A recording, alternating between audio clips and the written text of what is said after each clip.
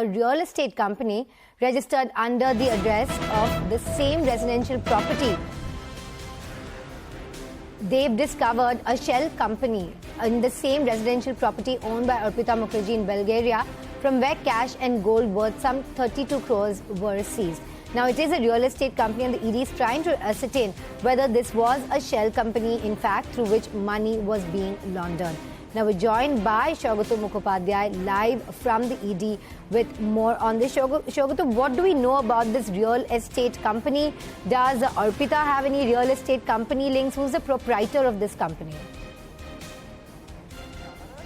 Well, there is a lot of mystery surrounding this latest, company that the Enforcement Directorate seems to have unearthed.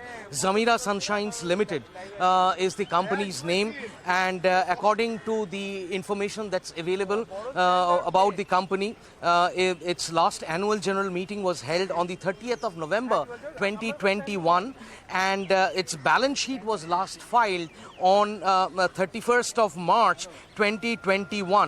It's a company with a share capital of 1 lakh rupees. That's very interesting, because such companies with minuscule share capital normally tend to operate as shell companies, as the ED is trying to figure out about this particular company. Now, why is this company associated with Arpita Mukherjee? It's because it is registered in the same flat from where the Enforcement Directorate unearthed that huge stash of cash in Bulgaria day before yesterday. It's at the Clubtown Heights 14 BT Road, Block 5, Flat 8A, Kolkata. So that's the same flat from where the Enforcement Directorate seized that huge amount of wealth running into some 32 crore rupees, from that apartment.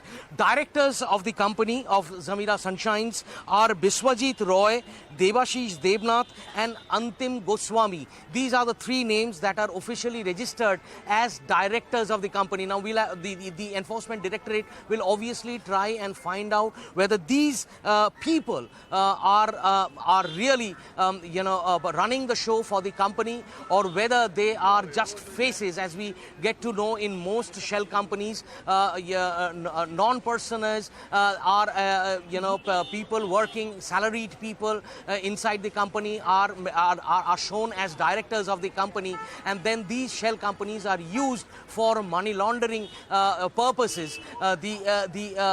It is obvious that a real estate company with a share capital of just 1 lakh rupees and three directors who cannot be identified are at this point in time at least, and the company registered with Arpita Mukherjee's own apartment in Bulgaria, from where incidentally that huge stash of cash was recovered, and there is also an email ID which seems to be that of Arpita Mukherjee's. We'll have to figure that out as well with the investigators. So all taken together, there is this at least one company that the ED has put its fingers on. We are getting to know from our sources that there are other companies in the pipeline, which the ED is also trying to finger point and get into the depth and details of. Back to you.